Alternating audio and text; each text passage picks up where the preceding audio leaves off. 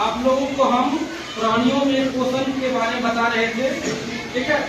और प्राणियों में पोषण से संबंधित तथ्य में सबसे बड़ा तथ्य क्या आ रहा था कि हम लोग जो भोजन करते हैं वो भोजन हम लोग पचाते कैसे हैं, भोजन पचाते कैसे हैं। पचाने के बारे में आप लोगों को मैंने 2 दिन पहले बताया था। और 2 दिन पहले तक में क्या मैंने बताया कि सबसे पहले क्या होता है कि हम लोग जो अपने हाथों की सहायता से भोजन के निवाला को या भोजन को अपने शरीर के अंदर अंतर्ग्रहण करते हैं, उसका आरंभ कहाँ से होता है, मुख गुहिका से होता है। कहाँ से होता है बच्चों, मुख गुहिका से होता है। तो कहने का मतलब क्या हुआ, भोजन का अंतर्ग्रहण कहाँ से हुआ, मुख से हुआ। मुख के बाद क्या हो गया, मुख में दांतों की सहायता से भोजन को पीसा जाता है ना। और दांत में क्या होते हैं, दांत में रहता है 4 प्रकार का, क्या बताए थे, कृंतक, रत्नन, अवचवर्णक और चवर्णक, ठीक है।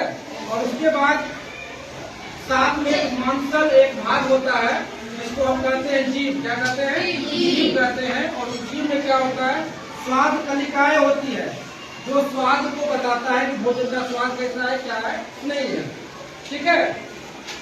उसके बाद भोजन में क्या होता है, एक जब लोग भोजन करते हैं तो मुख में क्या है, एक लाला ग्रंथि है, लाला ग्रंथि है जो कि क्या करता है, लार अवशोषित करता है। क्या निकालता है, लार निकालता है।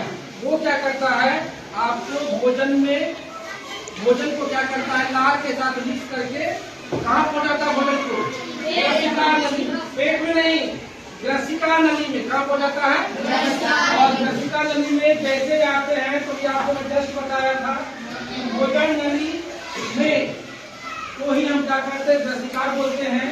और ग्रसिका में क्या होता है, सबसे बड़ा तथ्य ये जान लीजिए, भोजन को जब हम कंठ के द्वारा क्या करते हैं जी, हम लोग खाते हैं जी, तो कंठ के द्वारा ऐसे करते हैं ना। तो कहने का मतलब क्या, भोजन मुख से अंदर गया, कहाँ गया, मुख से अंदर गया भोजन। तो क्या होता है, मनुष्य के द्वारा निगला हुआ भोजन ग्रसिका के संकुचन के वजह से नीचे की ओर जाता है। ग्रसिका कहाँ पे रहता है, गला और वक्ष से जुड़ा हुआ रहता है, छाती और वक्ष से गला क्या से जुड़ा रहता है ना। ये क्या है, छाती और वक्ष से जुड़ा हुआ रहता है। छाती करने मतलब ये हुआ, ठीक है, छाती नहीं है, हाँ, गला से जुड़ा हुआ रहता है और वक्ष में छाती बोलते हैं, उससे जुड़ा हुआ रहता है। फिर क्या होता है, जब हम लोग भोजन कर लेते हैं, भोजन करने के बाद अंदर गया भोजन किसके सहायता से, ग्रसिका नली के सहायता से। और ग्रसिका क्या हुआ, गला और वक्ष जुड़ा रहता है। और उसके बाद कभी कभी हम लोग यदि हड़बड़ी भोजन करते हैं, हम लोग या ध्यान रहता है कहीं और बात कर रहे होते हैं, तो भोजन क्या होता है, हमारा पेट जो है वो क्या करता है, भोजन को स्वीकार नहीं करता है और हम लोग को उबाकी आता है। क्या आता है, उबाकी आता है, जिसको हम लोग उल्टी के रूप में जानते हैं। लिखा हुआ है कभी कभी हमारा पेट भोजन को जब स्वीकार नहीं करता है तो वह भोजन वमन के द्वारा या उल्टी के द्वारा बाहर निकल जाता है। दिक्कत किसी को, चलिए भोजन को हम अंदर ले कहाँ चले गए बाबू रे, अमाशय में। जो भोजन खा लिए कहाँ चला गया, अमाशय समझ लीजिए। ये क्या बाबू रे, अमाशय में। ये इसकी आकृति गेस समान होती है जी, ये इसकी आकृति कैसी होती है, गेस समान आकृति होती है ना, ठीक है। यह आहार नाल का सबसे चौड़ा भाग है।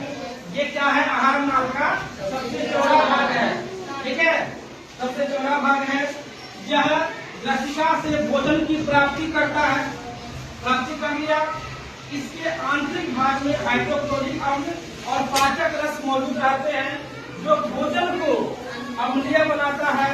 और मौजूद पाचक रस क्या करता है, उसी को हम क्या करते हैं, जठर रस बोलते हैं, जो भोजन के प्रोटीन को सरल भाग में विभक्त कर देता है। क्या करता है, सरल भाग में विभक्त करता है। आपको हम बताए हुए हैं, भोजन को जटिल क्या बोलते हैं, भोजन के जटिल पदार्थों को सरल पदार्थों में बदलने की प्रक्रिया पाचन काल क्या कहलाती है, पाचन कहलाती है। तो मौजूद पाचक रस भोजन के प्रोटीन को सरल भागों में विभक्त कर देता है और बचा हुआ भोजन क्षुद्रांत में चला जाता है। क्या चला जाता है? और जब भोजन पच गया हमारा, जब भोजन खा लिए अच्छे तरीके से पच गया, तो कुछ भाग जो मतलब बचा रह जाता है वो क्या हो जाता है? तुमको क्षुद्रांत कहा जाता है। क्षुद्रांत के विषय में कल चर्चा करेंगे। क्षुद्रांत को ही हम लोग छोटी आंत बोलते हैं। छोटी आंत से भोजन बड़ी आंत में जाएगा, फिर आपको मलद्वार में जाएगा और अंततः क्या भोजन का पाचन हो जाएगा और जो अपशिष्ट पदार्थ हो शरीर से निष्कासन हो जाएगा। इसी को कोई दिक्कत? आप लोग समझ गए ना? आज की कक्षा जो है भोजन में और अमाशय तक की सीमित रही।